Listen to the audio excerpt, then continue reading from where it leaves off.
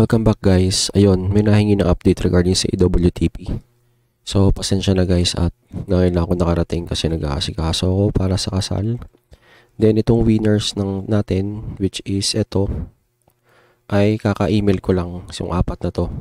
So, kung mapapanood nyo to, pakisagot yan. Para pakisend sa akin ng Gcash nyo, pa-email sa akin para masend ko na agad yung 150. So, bago tayo mag-proceed dito, mag-disclaimer muna tayo. The information contained on this YouTube channel and the resources available for download, viewing through this YouTube channel are for educational information purpose only. I cannot guarantee that you will make money. I am just showing you the different websites, apps, and method what has the potential of making money. Copyright disclaimer, all the music, image, and graphic used in the video belongs to the respective owners and I or this channel does not claim any right over them. So, ayun, in addition to that, I am not a financial advisor. This is not a financial advice. Please do your own research. And definitely should not invest, buy, or sell anything because of what I said. I am just an enthusiast who enjoys making video about beating the system of this scam website and related topics, just a hobby and just for fun. And of course, we don't encourage betting and gambling. So yan, naghanap nga ako ng info at syempre doon ako pupunta lagi sa Telegram nila. At ang sabi dito kasi, hinald nila yung withdrawals starting to December 24 hanggang 29 kasi due to National Statutory Holiday.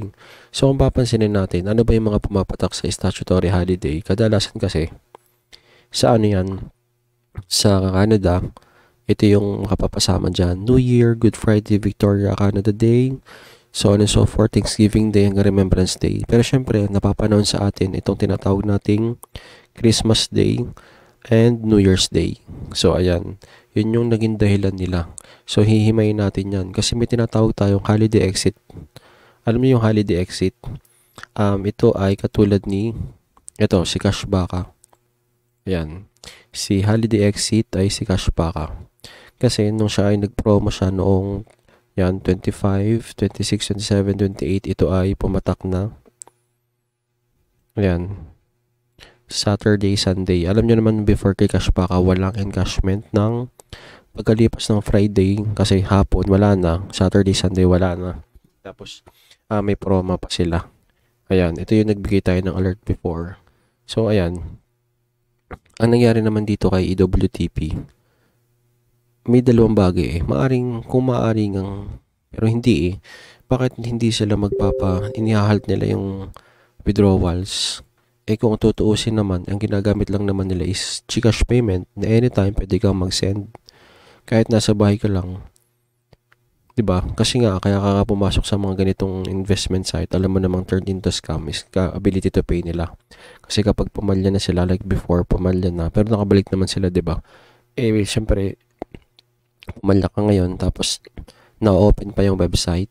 Kasi nga, pero sinasabi nga, statutory holiday, pero na-open yung website. Tapos makakapag-recharge ka, pero walang withdraw. So, do the drill, guys. Alam nyo na naman ang ibig sabihin yan.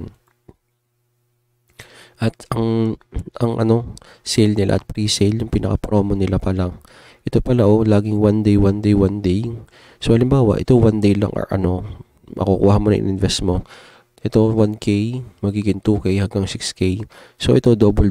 Yung 1K naging 2K. Hindi pa nga double pwede kang kumita ng 6K kasi di times 6. Naalala nyo yung times 6, which is si Hero Mining, di ba?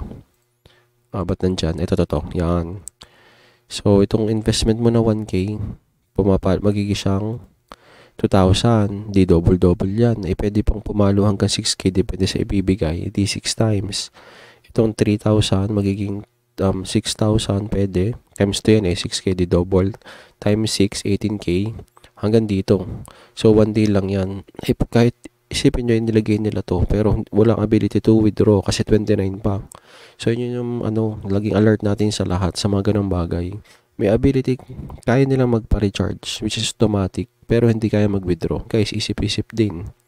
At syempre, nag-advisory ako sa inyo before regarding sa SEC. Punta tayo dito sa Google. Tingnan nyo, may SEC na to, diba? Kaya hindi na ako nag-update kasi nga may SEC yan.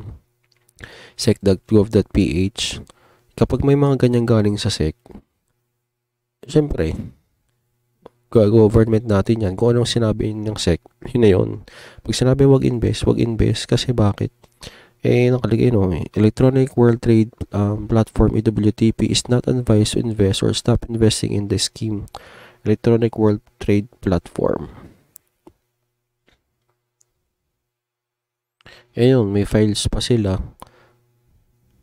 They are, sabi dito, is not registered as a corporation or partnership and operate without the necessary license and or authority.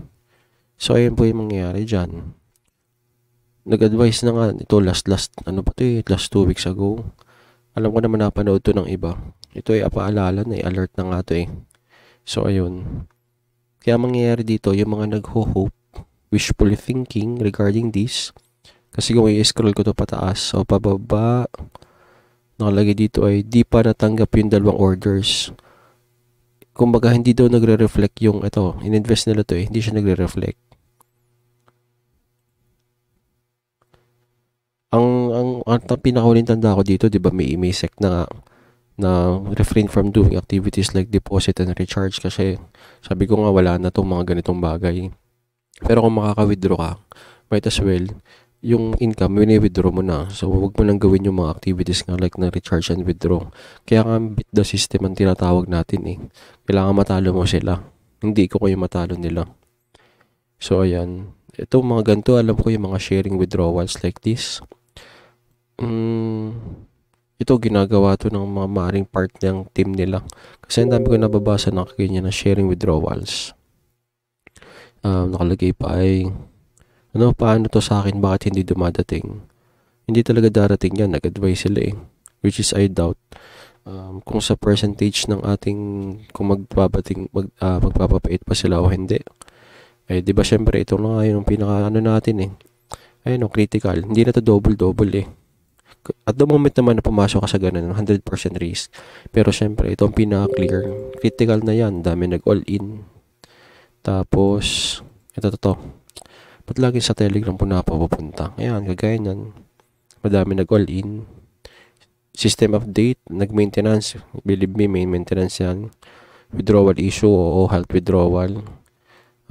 Office permit, SEC. Wala pa nga SEC mga yun Dala lahat capital, ayan, nandiyan tayo kasi anytime soon pwede siyang mawala.